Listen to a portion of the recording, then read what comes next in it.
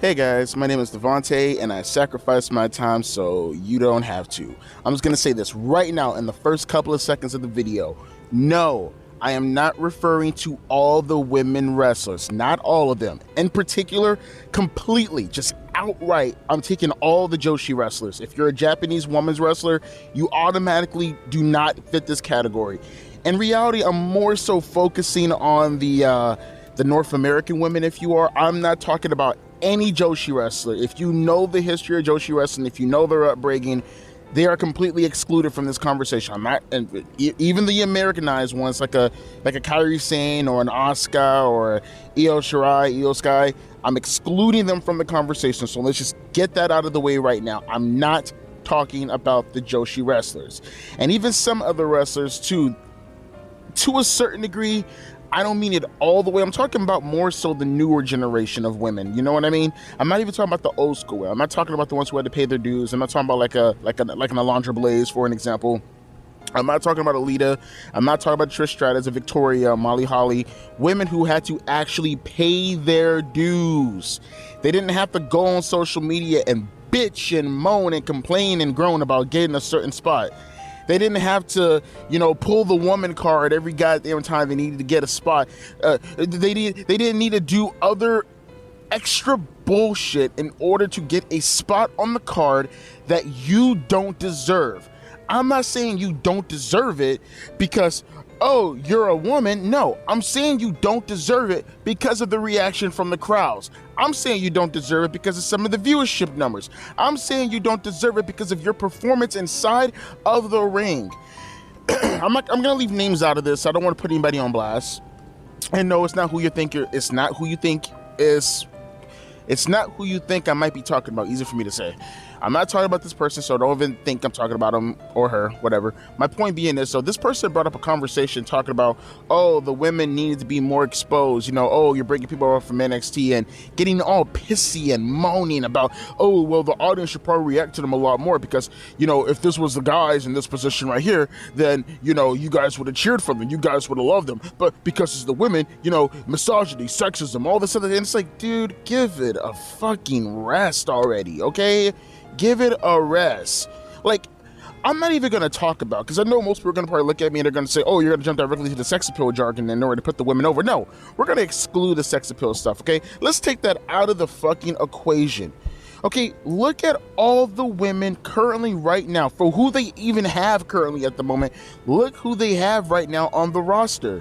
When you think about actually getting a reaction, when you think about people being over, the only ones, at least they're trying with the SmackDown roster, but more in particular, looking at the Raw roster, the only one who's over is Ria Ripley.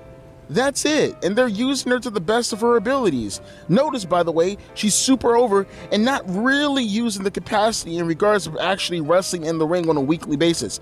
You don't really see Ria Ripley wrestle too often. Everything and anything having to deal with Ria Ripley is her position with the Judgment Day and prolonging that story as you go forward within the next couple of weeks or the past couple of weeks, which is a good thing because that's called character development. That's how you actually relate to a character. What they're doing with Ria Ripley is this is the right thing to do with a women's wrestler. That's how you get anybody, not just a women's wrestler, that's how you get anybody fucking over. Anybody. That's just common sense. But then you get someone like a Becky Lynch, for an example, who wants to come into the equation and she wants to put everybody fucking over. She wants to be the new Chris Jericho, using her, and I would say she has some popularity, obviously. It's nowhere near close to the extent of where her popularity used to be at about 4 or 5 years ago, but she still has a dedicated fan base to a certain degree. And maybe you should use that dedicated fan base, or screw the dedicated fan base. Let's focus on you, Becky Lynch. Maybe you should use that popularity that you have to get over stories rather than consistently going out there and thinking that you wrestling some fucking nobody is going to do anything for them. Because no matter how many fucking nobodies you goddamn wrestle in the end of the goddamn day, ain't going to do shit for their careers, ain't going to do shit for their characters, and they damn sure ain't going to do shit for their positions thriving in that company going forward. I'm sick and tired of people consistently thinking that you going out there and putting on the best match of the night is somehow supposed to take that right there. That has so much weight that you're supposed to circumvent all that into what? Doing what?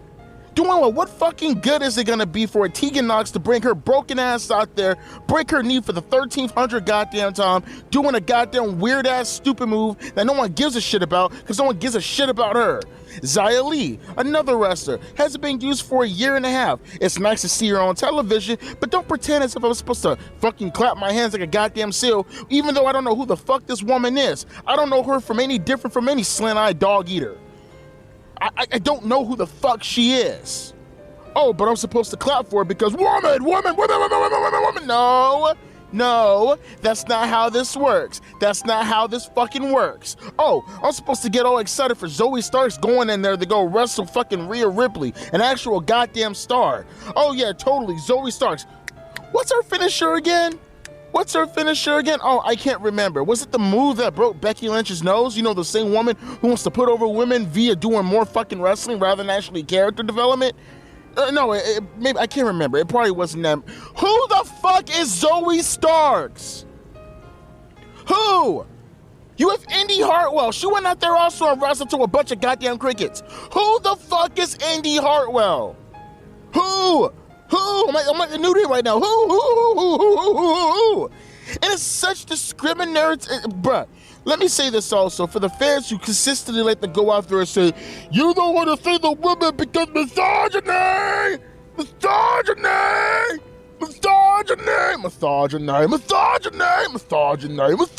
like a bunch of these little fucking pop-up heads dolls just popping up out of nowhere and little silhouettes coming up to the light just yelling misogyny! Like, shut up!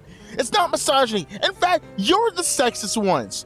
Because where's all that fucking heat? Where's all that emotion for the wrestlers? Because, newsflash, don't know if you guys know this, but the majority of wrestlers currently in the wrestling business happen to be carry the 2, carry the 1, times infinity, and beyond men. Where's all that emotion? Where's all that energy for the jobbers who can't get over in the majority of the mid-card and the lower mid-card and all these other companies? No, it always goes directly to the women because you're the sexist ones, you're the misogynist ones, you're the ones saying that, oh, little woman can't get over without me stirring up some bullshit on social media. Let me get some hashtag trend. Let's get some hashtag trending so this woman that I want to be a cuck for, that I want to simp for, that I want to spend all my virtual bucks for, so she can notice me. She ain't gonna notice you. Over there, cheesy. Hey, over here, Cheeto dick. She ain't gonna notice you. Hey, over there, guy who hasn't washed his balls in about 3.5 years. She ain't gonna notice you. You, guy over there, speaking of washing balls, lift up your ball sack. Get a goddamn sponge. Clean up inside your gooch pouch. She ain't fucking noticing you either. Buddy pal, dumb fuck, buddy pal. All you're doing in the end of the day is harming my entertainment value by putting a bunch of goddamn nobodies out there and telling me that I'm supposed to fucking sit there and take it like a goddamn man. I'm supposed to sit there and take it like you take it from the women who fucking peg your gay ass. I'm supposed to take it, no, fuck you. No, that's not fucking happening at all. Do the goddamn work. Do the goddamn work. Rhea Ripley had to do the goddamn work. Charlotte Flair had to do the goddamn work. Bianca Belair had to do the goddamn work. And it's even funny, because even mentioning these women, they also complain about not getting certain spots. Huh? You got someone like a Bianca Belair, I don't want to do this, and why are people reacting to my character like this? Is it because I'm black? No, it happens because you happen to use certain words that usually correlates with the hood, correlates with ebonics. That's how you carry yourself. You have a long fucking weave ponytail sticking out of your stupid skull head. What the fuck do you think is supposed to, how are we supposed to react to that? Don't take me as a sophisticated woman. I am taking you as a sophisticated woman, okay? I like to stick my pinky up in the air when I jack off to your fat ass booty, okay? There you go right there. I'm being very sophisticated. I take you very seriously, Bianca Belair, but you're like a Charlotte Flair, so like a Rhea Ripley. Why can't we get the main event spot over Jey Uso, Jimmy Uso, Sami Zayn, and Kevin Owens? Why can't we get this spot? Why? We're women, fucking women. Shut up. No, you don't deserve the spot because you don't have a story that's even remotely close to what the fuck they had going on. But of course, we're supposed to just go out there and just say equity. Equity. Yeah, just put them on the same fucking platform, even though you don't fucking deserve it at all. Just give it to them because they happen to be fucking women. Let me let you guys in on a little secret, okay? We're gonna rewind back to time about 24 years ago, okay? We're gonna go back to this little special unknown caveman time called 1999, okay? It was these two teams. You might know them. They're kind of famous, a little bit famous. The Hardy Boys and Edge and Christian. Super, I mean, some may call them famous. I mean, they're kind of underrated. I don't know, because I'm a stupid-ass millennial, and I'm in 2023, and I use the word underrated for things that I like, even though that's not the definition of the word underrated. By the way, that triggers the fuck out of me, but that's another story for another day. Edge and Christian and the Hardy Boys. Let me ask you guys a question. Did they bitch and moan when they didn't get reactions over the summer of 99? Huh? Did they bitch and moan, the Hardy Boys in particular, when they were jobbers for about 6 years, when they were on the main roster? Did they? Because Jeff and Matt both respectively came into WWE around 93 and 94. Did they bitch and moan? Huh? In 95, 96, 97, 98? Did they bitch and moan? No, they didn't bitch and moan. You know what happened? They made a name for themselves. They made leeway. They actually created an avenue and actually put themselves in that avenue. They put themselves on that road that they paved and made name for themselves along with the Dudley Boys. Going forward, paving the road, innovating, cutting a niche from themselves going forward, and in the process, making a new niche for everybody else to go down that same road that they paved. The Hardy Boys and Edge and Christian during that Terry Invitational ladder match put their bodies on the line. Yes, nowadays it's a cliche. Yes, nowadays it's trite. Yes, nowadays it's fucking annoying because everybody fucking does it. But notice what the Hardy Boys and Edge and Christian had to do in order to make names for themselves. That's what they did. That's what they had to do. But you leave it up to the women. Oh, well, we shouldn't have to do that. You should just give it to us. You got someone like these nobodies from NXT coming to Raw. We should just fucking get the reaction. Leave it up to these nerds on some of these podcasts. We should just give it to them. No. How about they work their asses off for it just like the men had to do who paved the way for them to even have a position currently right now? That's what they should be fucking doing. Hardy Boys and Edge and Christian is a perfect example of a bunch of nobodies who had nothing going for themselves, no crowd reaction, nothing, and decided, hey man, sacrifices are gonna have to be made for us to stand out amongst the crowd of fucking legends like Rock, Austin, Foley, Taker, DX. We gotta make a name for ourselves. We have to do something to break away from the pack. And guess what they did? They did what they did that paved the way for other legends and for other marks, like some of the women, for an example, to take advantage of and still not use it to their advantage to get even more over. I don't want to hear nothing when it comes to this, all right? It's all agenda. It's all appealing to agenda in the end of the day.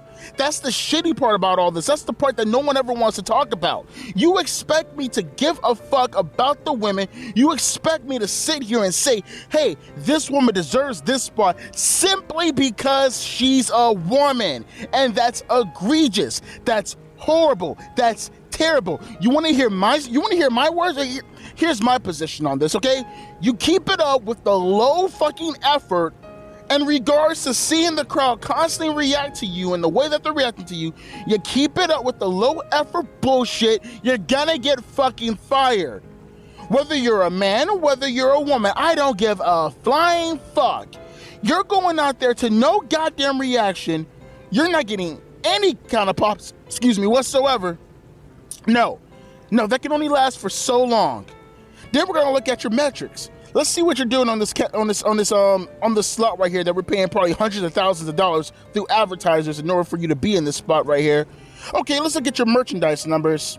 Okay, it looks like you're failing in all three metrics. You're failing in the metrics when it comes to merchandise. You're failing when it comes to selling off to advertisers, are two key things when it comes to actually getting new contracts for these television deals. And you're fucking failing in the only department that we can at least say to ourselves, okay, well, at least it can make it look kind of hype, the live attendance numbers. You fell in that department too when it comes to the live audience. What the fuck are you needed for? You are not needed. So here's a deadline. I don't care how you do it within our metrics, our guidelines that constitutes a PG era network or whatever the case may be.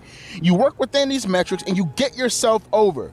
You let us know what you're gonna do so we can let you know whether or not you're a retard and you can't be doing this on live television, and you do whatever you have to do to get over. If you feel that's gonna be through wrestling because you're a complete fucking idiot, then by all rights, do it through your goddamn wrestling. Go out there, break your neck. Tegan Knox, go out there, break your third ACL right behind your goddamn ankle. Do whatever you have to do, but understand when the time comes for releases, for cuts, if none of these things improve, you, Missy, are getting the fuck out of here. Gonna kick you out so fast, you're gonna have your OnlyFans prepared before we get your ass released. That's how fast you're gonna get kicked out of here, okay? That's it. I'm tired of this nonsense of people consistently saying someone's a misogynist or a sexist or a racist or any kind of bullshit fucking lame ass victim card. It's the problem with this generation nowadays. Everybody wants to be a fucking victim. No. Get the fuck up, pull yourself up by the bootstraps. I know some people get offended by that. Yes, get the fuck up, pull yourself by the goddamn bootstraps, and get to fucking work. Get to work, do the goddamn job you're paid to goddamn do. Sitting here constantly bitching and moaning about not getting a fucking spot. I wish I could fucking get a better spot. Fucking pathetic.